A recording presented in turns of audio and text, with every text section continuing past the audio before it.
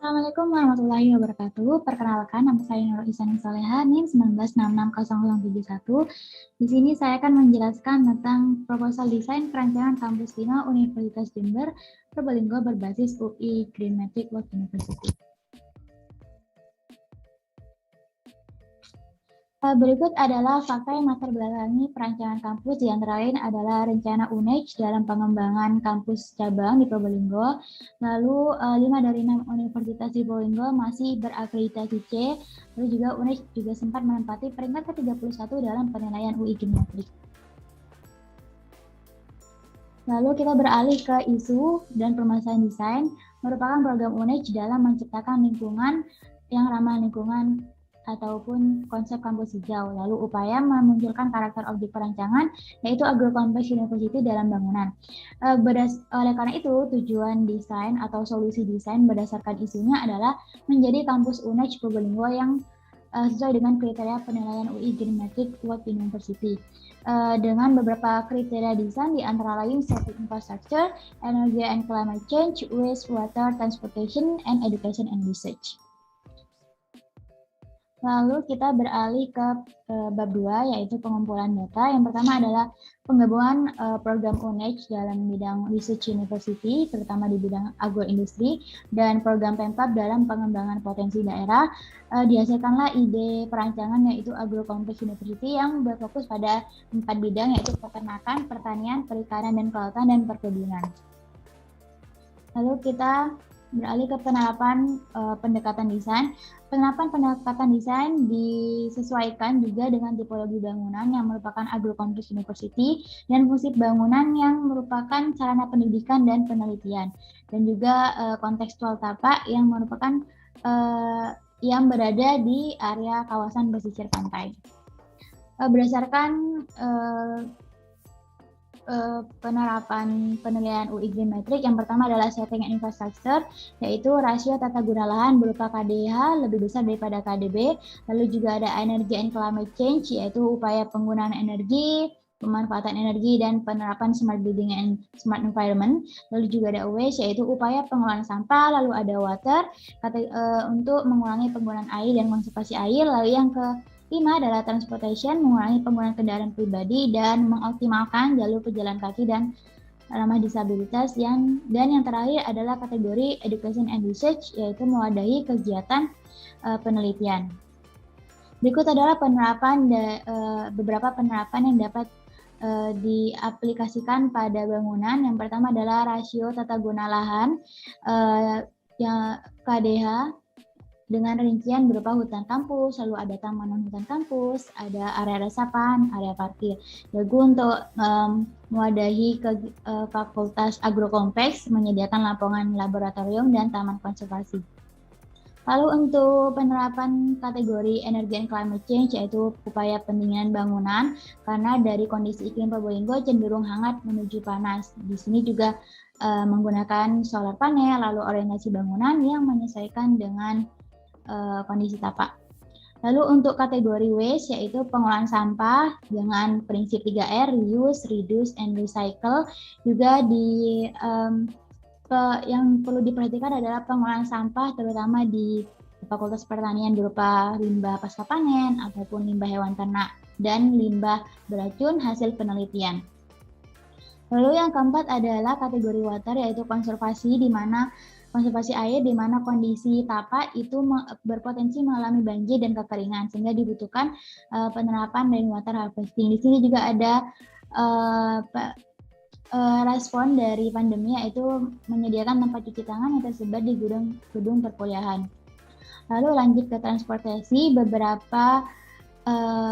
berdasarkan rasio tata gunaan, parkir tidak boleh melebihi 3%. Jadi dengan mengoptimalkan jalur pejalan kaki, lalu juga menerapkan green car parking, dan menyediakan jalur-jalur sepeda dengan penempatan shelter-shelter sepeda ataupun car charging station.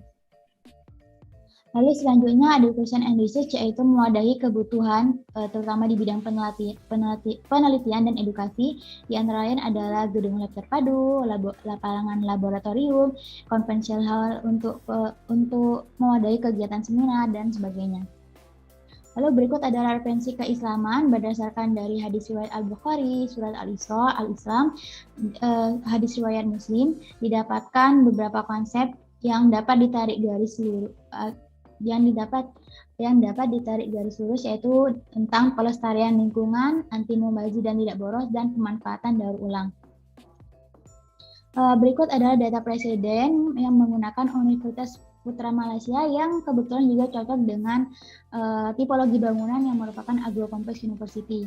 Dapat dilihat dari penerapannya, yaitu setting infrastructure, menggunakan RTH yang cukup luas, dan pemanfaatan RTH berupa konservasi, area ladang, ataupun area ternak. Lalu juga ada transportasi, menyediakan green car parking untuk water rainwater harvesting. Lalu juga ada untuk pengolahan sampah menggunakan konsep kampus zero waste. Lalu juga untuk energy and climate change, yaitu menggunakan biodiesel pengolahan sampah itu untuk dijadikan sumber energi listrik.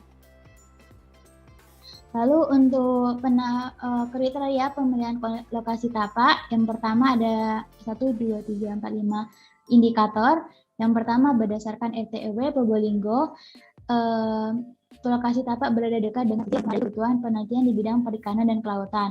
Lalu juga area tapak merupakan kawasan pendidikan, area tapak merupakan tanah kosong dan cenderung datar untuk memudahkan pembangunan, juga tanahnya cukup subur. Lalu untuk pencapaian cukup strategis karena berada di jalur primer. Lalu untuk letaknya sendiri merupakan area persawahan yang masih sedikit penduduk. Untuk jenis jalannya sendiri merupakan jalan sekunder dan akses menuju tapak dapat dilalui dengan angkutan umum ataupun angkutan pribadi. Lalu untuk penduduknya dapat dilihat dari gambar di samping, mayoritas masih berupa persawahan sehingga minim penduduk. Untuk luas tapaknya sendiri seluas 123.600 meter persegi atau 12 hektar dengan beberapa batas-batas tapak berupa pemukiman warga, sekolah, dan persawahan. Lokasi tapak berada di area strategis karena merupakan kawasan pengembangan pendidikan dan pemerintahan. Lalu di sini ada kondisi iklim. Yang pertama ada dari matahari cenderung hangat menuju panas, lalu juga potensi angin yang berpotensi untuk sumber energi listrik tenaga angin. Di sini juga terdapat aksesibilitas. Waktu tempuh dari jalan primer menuju tapak dapat dilalui melalui kendaraan pribadi sekitar 1 menit dan berjalan kaki dengan membutuhkan waktu 6 menit. Lalu berikut adalah proses desain. Proses desain berdasarkan dari fakta, isu, tujuan desain, dan kajian objek berupa Agrokompleks University dengan kriteria green metric, dengan prinsip keislaman yaitu anti mubazir dan menjaga ekosistem lingkungan. Didapatkan ide dasar desain yaitu education and nature, di mana education and nature merupakan pendidikan yang berbasis lingkungan yang menciptakan pemahaman dan konsep tentang lingkungan yang berkelanjutan dalam lingkup pendidikan.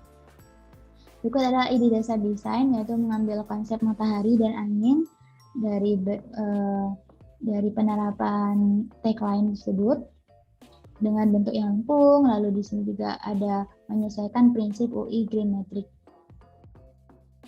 Lalu untuk output tata guna lahan juga berdasarkan rasio tata guna lahan, standar rasio tata guna lahan. Ide dasar desain pada lanskap yaitu penerapan sabuk hijau sebagai implementasi bentuk matahari dan angin. Untuk output tata guna lahannya sendiri terdapat hutan kampus, area lapangan, area bangunan, area danau, area taman, area resapan, dan area parkir. Sekian presentasi dari saya. Wassalamualaikum warahmatullahi wabarakatuh.